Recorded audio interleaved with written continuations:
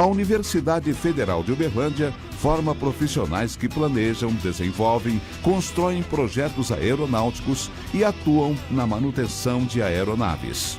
Faça parte dessa equipe vencedora.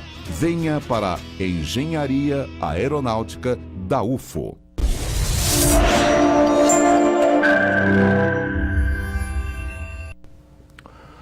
Olá, boa noite. Dia das Mães chegando e nesta edição vamos falar de licença maternidade. O que diz a lei? Quais os direitos da mãe e os deveres das empresas? Como se preparar para o retorno ao trabalho? Mães contemporâneas, como conciliar a vida agitada do dia a dia, trabalho e maternidade? E o papel do pai? O Jornal da UFO está começando.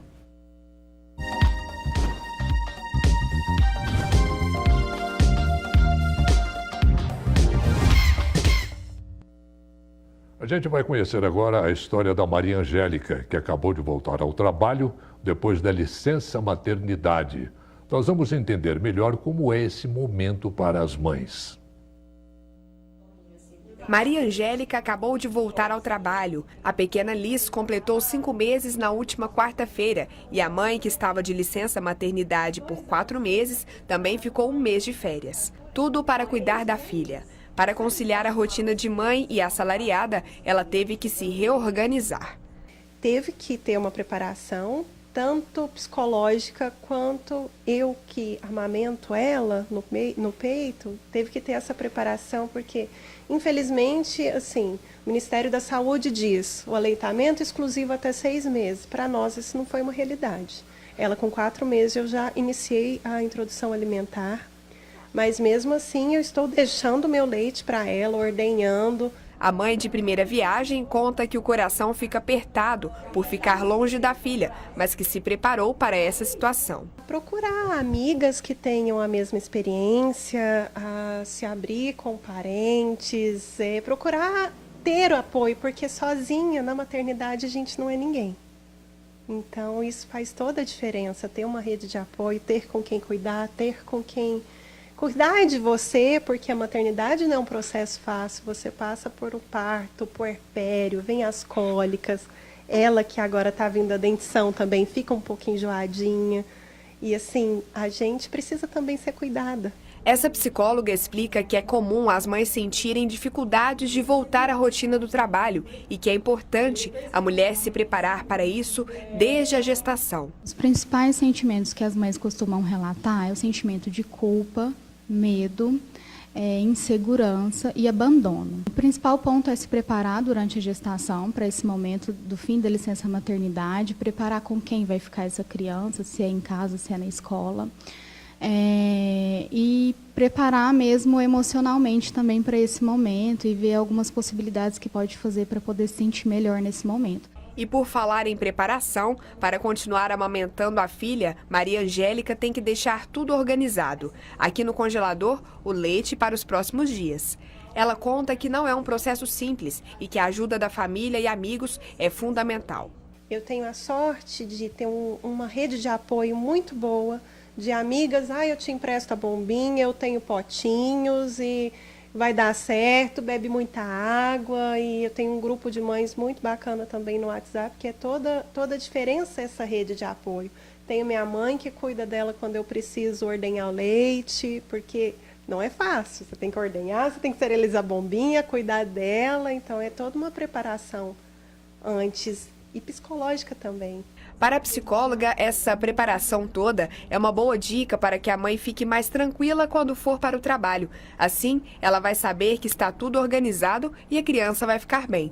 Ela ainda explica que o desenvolvimento do bebê não é prejudicado porque a mãe precisa ficar um tempo longe para trabalhar. O que prejudica é se a mãe permanecer ausente mesmo quando estiver em casa. Então é muito importante que as mães, quando voltem do trabalho, que elas deem atenção para essa criança, né? Brinquem, fiquem um pouco com ela, talvez amamentem, né? E também uma outra coisa que é legal, se as mães puderem, tiverem possibilidade, de durante o trabalho, durante o dia, poder ir lá ver essa criança um pouquinho. Às vezes vezes no horário do almoço, do lanche, às vezes para amamentar, mas se houver essa possibilidade, também é muito bom para acalmar a mãe, a ansiedade da mãe, e também para o bebê ver que a mãe não abandonou, que ela está sempre lá.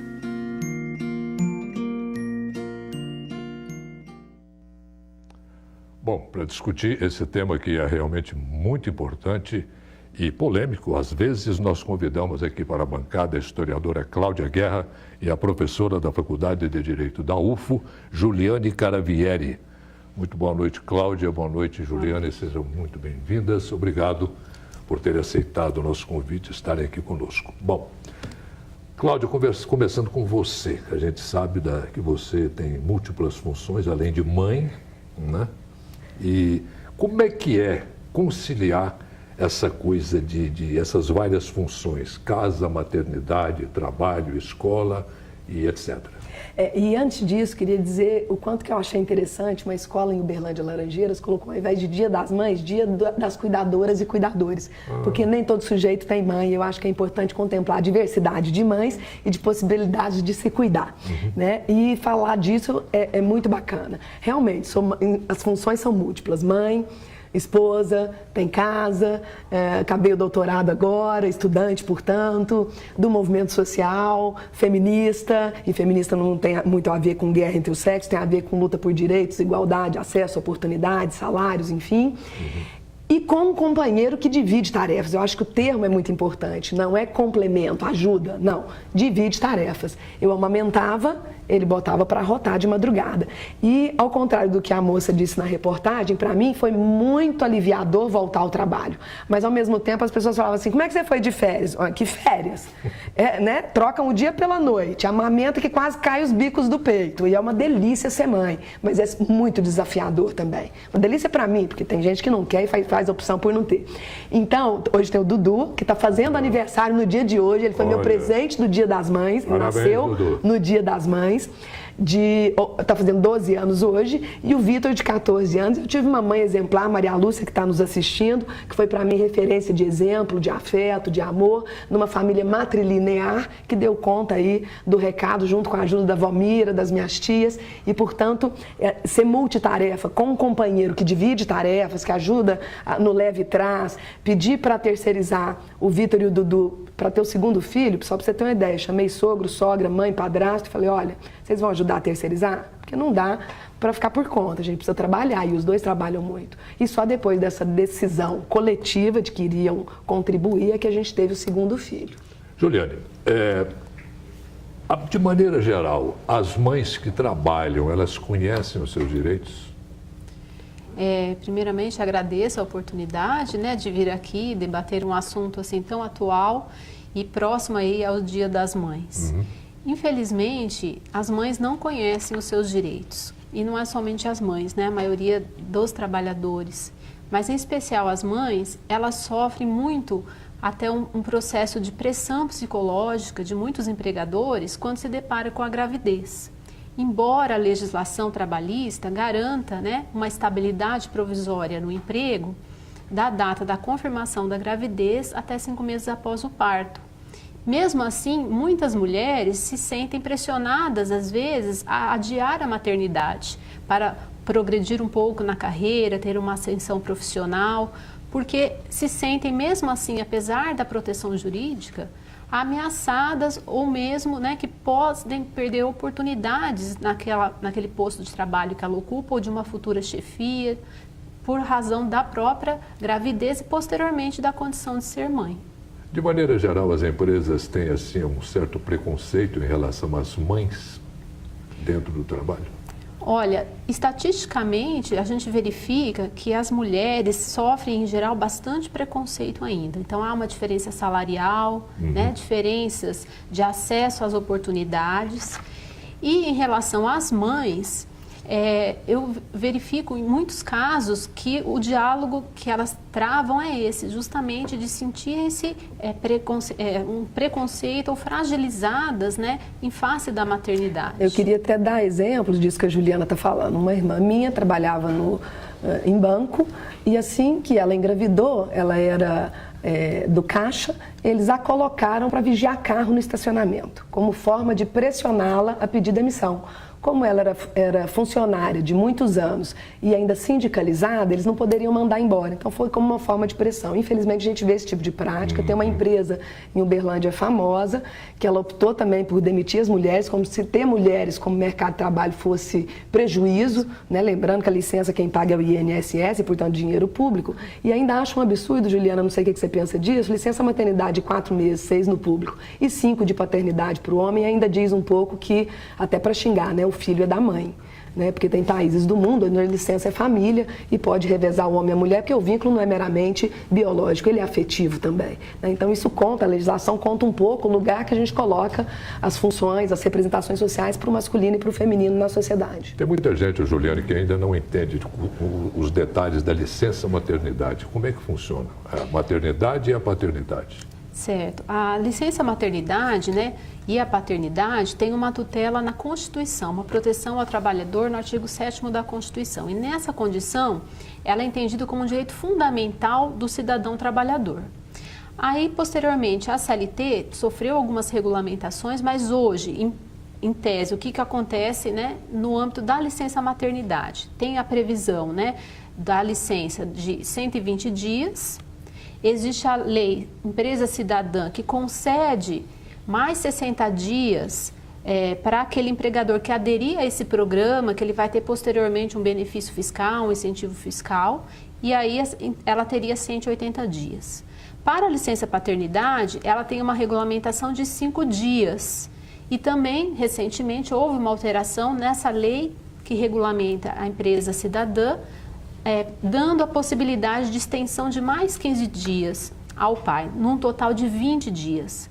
Mas comparando com países europeus, e é o que a professora colocou, Cláudia, nesse sentido, né, que é a família que deveria ter esse cuidado com a criança, né? Então, e o Estado com as políticas públicas. E o Estado com as políticas públicas. E nos dois casos são custeados essas licenças através do chamado salário maternidade, né, pelo INSS. E então, é um contrassenso, né? Porque a gente fala em 4 meses, no geral, uma vez que o Ministério da Saúde adverte que você deve amamentar até os 6, mas a gente sabe que o leite seca. Quando tem essa questão do leite, porque nem sempre, às vezes é filha adotiva, às vezes é a avó que cuida, enfim. Outro dia teve um caso interessante de um homem que adotou uma criança enquanto pai solteiro e ele teve 6 meses de licença. Eu achei muito rica essa história, né? Para ir subvertendo um pouco essa lógica que é perversa do filho ser associado à mãe. Teve uma alteração legislativa nesse sentido, de ampliar tanto para a adotante mulher como para o adotante homem também, essa possibilidade da licença, e não é só então para a gestante, mas é para o adotante ou mesmo aquele que possui uma guarda judicial para posteriormente efetivar o processo de adoção. Tanto homem quanto mulher. Nesses aspectos foi um avanço.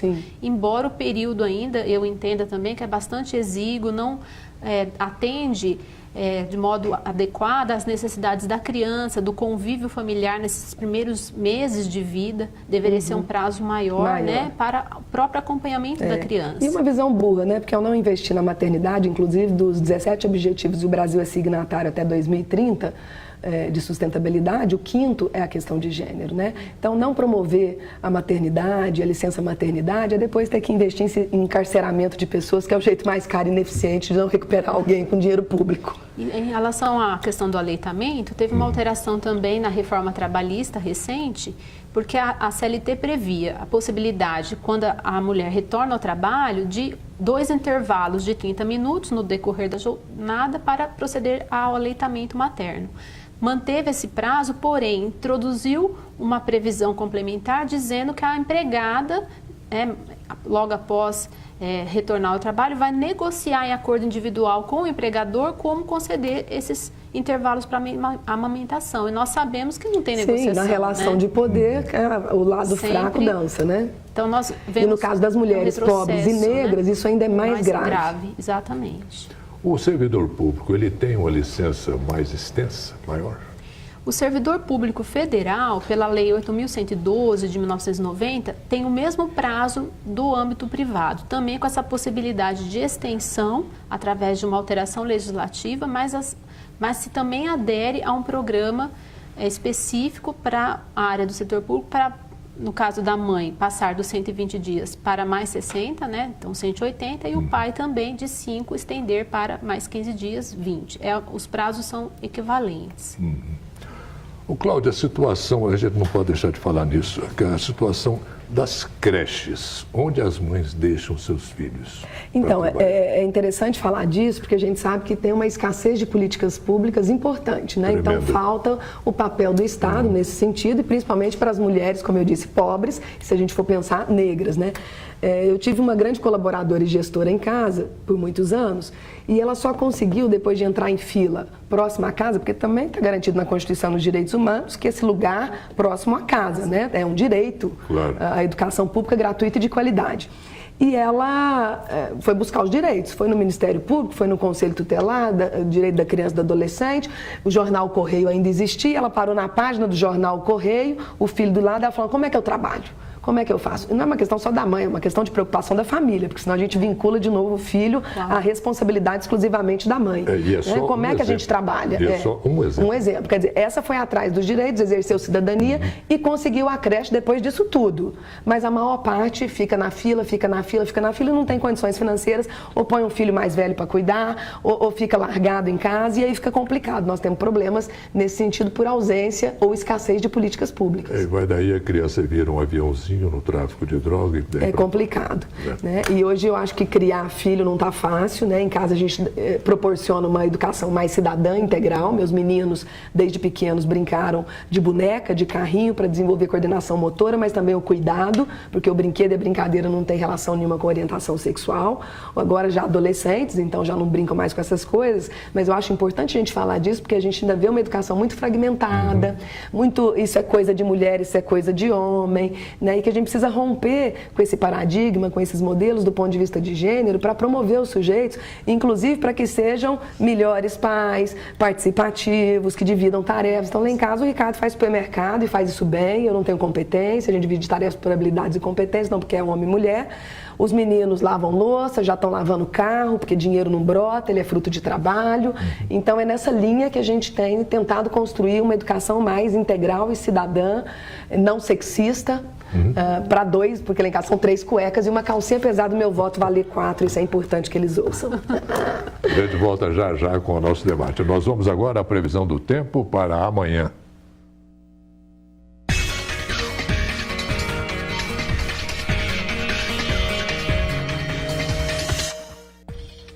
Amanhã em Uberlândia, céu claro com poucas nuvens, o sol predomina e não deve chover. Mínima de 16 graus e máxima de 24. Em Patos de Minas, o dia fica bem parecido. Tempo firme e temperaturas amenas. Mínima também de 16 e máxima de 24 graus. Em Monte Carmelo, quase nenhuma nuvem aparece e o sol se destaca. Não deve chover. Mínima de 16 graus e máxima de 27. O sábado em Ituiutaba vai ser ensolarado, possibilidade 0 de chuva. Os termômetros devem marcar mínima de 19 e máxima de 30 graus. Em Patrocínio, céu praticamente limpo com predomínio de sol, sem previsão de chuva. As temperaturas variam entre 14 e 25 graus. Nós vamos para um rápido intervalo e voltamos já com a nossa conversa. Hoje ainda tem agenda cultural e homenagem para as mães. Já voltamos.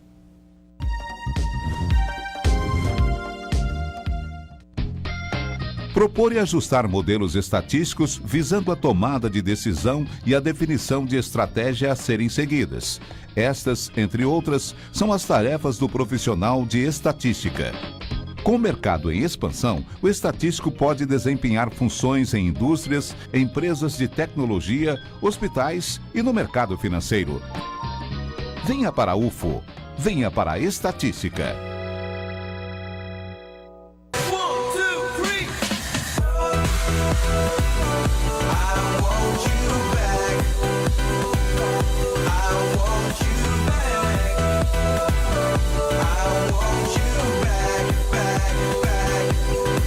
Sábado, 8 da noite, aqui pelo 107,5, 107 Mix, comigo Edinho Borges. Anos 70, 80, 90, 2000 e atuais. O convite feito e eu espero você.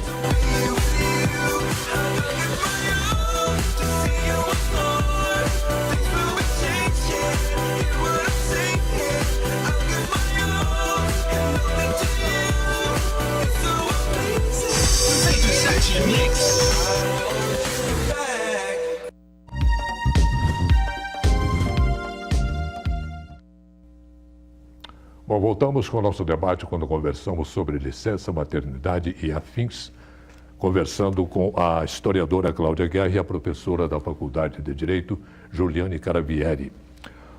Ô Cláudia, a maternidade romantizada, aquela coisa de a mãe heroína, a supermulher, a supermãe, como é que é isso? A que vive na heteronomia, sempre para o outro, em função do outro, e sem autonomia, que tem que aguentar, suportar, que é sublime, modelo de Virgem Maria, santa, pura e casta. Não, e o malandrão aproveita isso tudo. Essa eu não conheço, né? Eu conheço várias outras. Eu tenho uma foto que eu estava em casa, sozinha, amamentando o primeiro filho, fazendo cocô. Eu tirei a foto e com cara de desorientada, né, pensando que ia enlouquecer. Né? Então é tudo de bom ser mãe, mas é muito desafiador e muito difícil. E isso tendo um companheiro, porque você é companheiro, que divide tarefas. Imagina sem. Então não tem essa questão da visão. Eu não tinha, fui me casar depois, eu não falo que é mais tarde, eu me casei no momento que eu achava que era adequado me casar. Primeiro fui estudar, fiz mestrado, fui ganhar meu dinheiro, ter autonomia, porque esse trem de Maria dá um dinheirinho para comprar absorvente não rola não, comigo não. Então, já desde esse sentido, eu fui casar depois dos 30. Fui ter o primeiro filho com uns 34, o segundo com uns 37, né? E as pessoas geralmente têm um pouco antes, né? Mas é também uma escolha não ter filhos. E é tudo de bom também. Então, cada um na sua praia e com as suas escolhas. E as pessoas cobram da gente do ponto de vista de gênero. Você não vai casar, não? Vai ficar pra tia. Que isso? Esquadrinhei, comparei, namorei muito, classifiquei até chegar no Ricardão, que eu tô pegando há 18 anos. E foi ótimo, né? Porque a gente vai selecionando e filtrando, ver o que não quer e o que quer. Mas você não vai ter filho? A hora que eu achar que devo, né? Inclusive, a transa foi para ter o Vitor, a outra para ter o Dudu, tudo planejado, porque na minha vida não cabe não planejamento. É muita emoção, literalmente. Mas você não vai ter uma menininha? Que cobrança que é essa, gente? Vocês não pagam meus impostos? Me poupa, me ajuda? Que coisa difícil que é isso. Então não tenho essa visão idealizada, nunca tive. Numa família matrilinear, que elas tinham que dar conta do recado e fazer tudo, empoderadas e com autonomia. E nem tem aquela coisa lá em casa também não. Isso daqui você fala com seu pai. Não, o que eu falei está falado. O que ele falou está falado e nós dois articulamos para eles não manipularem também. Então, bem democrático. A última palavra é nossa, porque eles não são amiguinhos. Apesar de conversarem de tudo. O Vitor já está beijando na boca, conta, chega, tudo. Às vezes até detalhadamente. O Dudu ainda não, está noutra. Já ensinamos outro dia com a banana na mão, como é que põe camisinha, porque você ensina antes, né? De fazer. Não está na época de fazer não, mas é antes que tem que acontecer. A reprodução eles já sabem desde de pequenininhos, como é que é. Ninguém foi filho de semente lá em casa, não tem semente, não tem, como é que chama aquilo que voa? Cegonha. Você não tem cegonha. E outra coisa, droga, tudo isso é conversa, a gente conversa. E na medida que pergunta, tem resposta também. E o absorvente já sabia que o sanguinho é sanguinho do bom, ainda bem que vem todo mês, né? Quando não vem é problema, enfim. E pegavam pra mim, tiravam o papelzinho e lá em casa as coisas são conversadas. Então a gente tem essa abertura. Eu acho que isso é fundamental para os tempos de hoje, de ter essa cumplicidade, mas eles não são amiguinhos. Quem determina as normas e bota os limites somos nós, a autoridade somos nós. Juliane, você não é mãe, você disse agora mesmo, mas como é que você vê? A Cláudia é um exemplo muito particular nessa questão de... Sei não, hein? Como é que você vê essa coisa da supermãe, da supermulher, a partir do momento que ela vira mãe, a mulher? Olha, eu admirei muito, né, a fala da Cláudia, porque eu acho que precisamos de mais famílias assim, né, com uma ordem, ainda mais eu do direito, né, falar de ordem, né, uma direção, porque a gente verifica que hoje as crianças estão muito perdidas porque a família está perdida, né, não tem pontos de referência. O que eu tenho, assim, como eu não fui mãe, eu tenho a referência da minha mãe, que foi uma mãe muito presente, até demais. Ela foi o papel de mãe e pai muitas vezes, né, e hoje, um beijo, mãe, em Jales, né, no estado de São Paulo. Ela está com quase 79 anos e continua cuidando do meu pai, que está doente há muito tempo, e continua sendo mãe, né, na integralidade. Então, eu vejo que hoje é muito difícil para a mulher conciliar os vários papéis, né, o papel de mãe, mas não aquela mãe que só pensa no outro, porque ela é um ser humano e precisa pensar em si mesma. Que seja o amor da sua vida, né? Cuidar de si. Cuidar de si também, né? Ser uma mãe que dá atenção e dá uma direção para o filho, né, com autoridade, porque você está ali para educar, né? E a educação, inclusive, quando vemos do lado jurídico, né? Nós pegamos, às vezes, temos alunos que chegam, até mesmo na universidade, não tiveram uma base educativa. Está muito difícil lecionar hoje em dia, né? Em todas as áreas. Pequenos tiranos, às vezes, exatamente, em sala de aula, porque faltou o limite, né? Faltou o limite em casa. Então, eu acredito que hoje está muito mais desafiador, tanto por as questões internas da família mesmo, quanto o que nós vemos fora da família e na sociedade, que temos que orientar os filhos, né? Para tomar as medidas ou os caminhos corretos na vida. Eu quero acrescentar também, eu gosto muito de uma historiadora, Elizabeth Badinter, e ela escreve um livro que chama O Mito do Amor Materno, porque parece que tem o gene da maternidade. Não tem não, né, gente? Isso é construído, inclusive 9 meses para a ficha ir caindo, né? Algumas não querem ser mães, algumas abortam, a gente tem uma multiplicidade de famílias e de possibilidades de ser e de estar, e tem que se respeitar todas elas, né? Então não tem essa coisa do... Só que é tão reforçado desde sempre com a coisa do brincar com a boneca, do cuidar, que parece que está incorporado, está no corpo e é genético, não. Né? Eu, inclusive, não tive aulas de puericultura, mas minha avó teve, minha mãe certamente, e quando meu primeiro filho nasceu, eu achava que a fralda você punha fita crepe, mas eu levei 5 segundos para ver que tinha já o adesivo nela, né? Sem problema nenhum, assim como o meu esposo. Então a gente não tem mais, como tinham as nossas mães e avós, essa perspectiva de associar o feminino, a coisa da rainha do lar, a mãe, a doméstica, né? Quer dizer, essa é uma possibilidade também, que tem que ser valorizada. Pro meu gosto, dona de casa tinha que, por ela lavar, passar, cuidar, lição e busca e leva e tudo, tinha que ser remunerada, férias, 13º, licença maternidade e tudo o resto. Já assinei os abaixo-assinados todos para, nesse sentido, valorizar o trabalho doméstico, é graças a ele que os outros podem sair para ganhar o din-din fora. E uma questão, Cláudia, que a gente verifica muito, não é muito na área trabalhista, mas na área de família, que quando temos mulheres que têm por opção se dedicar à família e aos filhos, e por uma aventura após 10 anos ou menos, num prazo, o casamento é desfeito, chega-se a um divórcio, os tribunais não estão concedendo, muitas vezes, os alimentos para essa mulher.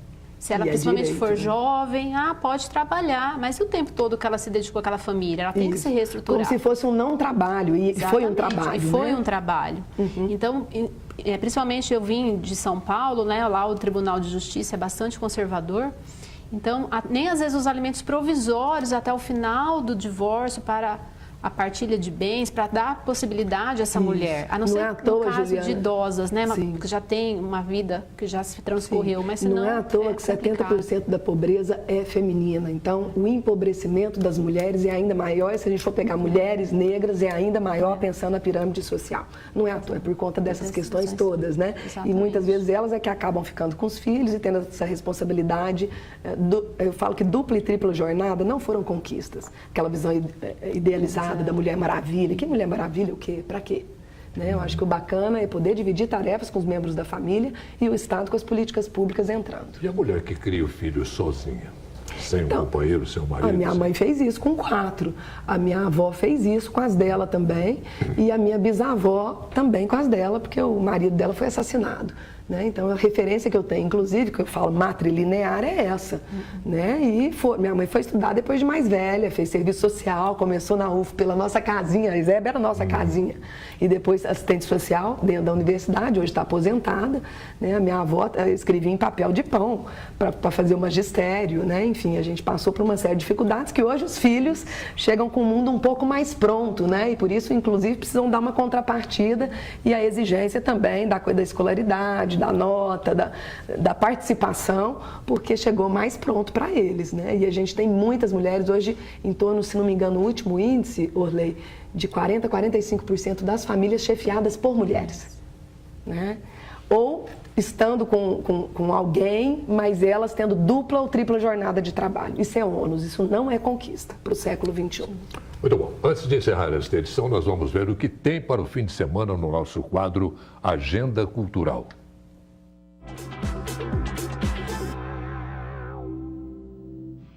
Olá, boa noite. Preparado para saber o que tem de bom para o fim de semana? Então se liga nas nossas dicas da agenda cultural. Nesta sexta-feira, o Teatro Municipal tem um espetáculo musical reconhecido nacionalmente com entrada gratuita para toda a comunidade. A apresentação Circuito Arrumação com Saulo Laranjeira e convidados começa às 8 da noite. Os ingressos são limitados e devem ser retirados das 8 da manhã às 5 da tarde na sede da FIENG Regional Vale do Paranaíba. Sábado tem Cine Clube Cultura com o filme em cartaz Terra Estrangeira. O longa será exibido às 8 da noite na Oficina Cultural. Neste fim de semana vai ter o APAS Day para comemorar um ano de pizza solidária. A associação convida todos para participar de encontro e a confraternização a partir do meio-dia e é de graça. E para você que quer ficar em casa neste fim de semana, confira as dicas de filmes, livros e músicas. Olha só. O livro que eu já li, na verdade, né, e a dica que eu dou para vocês é esse livro aqui, Sapiens, né? Uma breve história da humanidade, o autor Yuval Noah. O livro é muito interessante no seguinte sentido, né?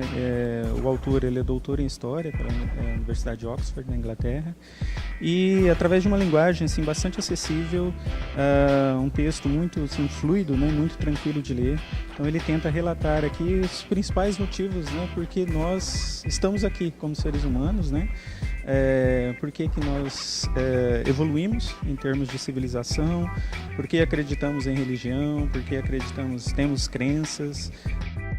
Eu indico a série Alias Grace, do Netflix. É muito boa, muito interessante de ver. E é bem curtinha, são só 4 episódios. Eu recomendo Sounds of Silence, de Simon & Garfunkel. Gostou das nossas dicas de hoje? A Agenda Cultural fica por aqui. Semana que vem tem mais. Um bom fim de semana e até lá!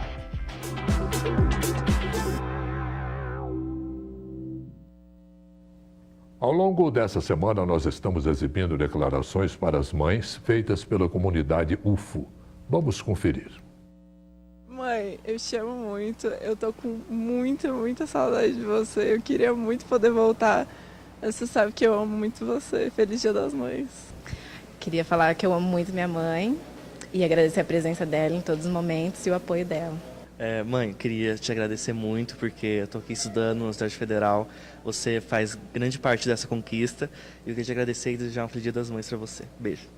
Bom, só quero dizer que eu te amo muito, que eu sinto muito sua falta. Agradeço tudo que você faz por mim. Não vou falar muito, senão vou chorar, porque a saudade é muito grande. Mas obrigada, te amo muito. Beijo, feliz Dia das Mães. Em homenagem ao Dia das Mães do reitor da UFO, Valder Steppen Jr. Ao aproximar-se o Dia das Mães, eu gostaria de abraçar a todas as mães da nossa comunidade universitária, seja nos campi da UFO aqui em Uberlândia, seja na UFO Pontal, na UFO Monte Carmelo, na UFO Patos de Minas. Eu gostaria de abraçar as nossas mães estudantes, as nossas mães servidoras técnico-administrativo e as nossas mães professoras. Assim, eu desejo que todas tenham um dia muito feliz no próximo domingo e também sempre. Muito obrigado, um abraço a todas. Cláudia Guerra, Juliane Caravieri, foi um prazer muito grande tê-las conosco em nosso Jornal da UFO de hoje. Muito obrigado mesmo. As informações que vocês passaram e para as mães foi muito bom para acrescentar conhecimento a esse pessoal tão batalhador, às vezes tão sofrido, né, por falta de conhecimento de seus direitos. Muito obrigado, muito boa noite. Nós que agradecemos. Obrigada. No próximo domingo, dia 13 de maio, é celebrado o Dia da Abolição da Escravatura. E no Jornal de segunda-feira, nós vamos falar do preconceito contra negros. Mande suas dúvidas e comentários para o nosso Facebook. Boa noite, um bom final de semana e um bom Dia das Mães a todos.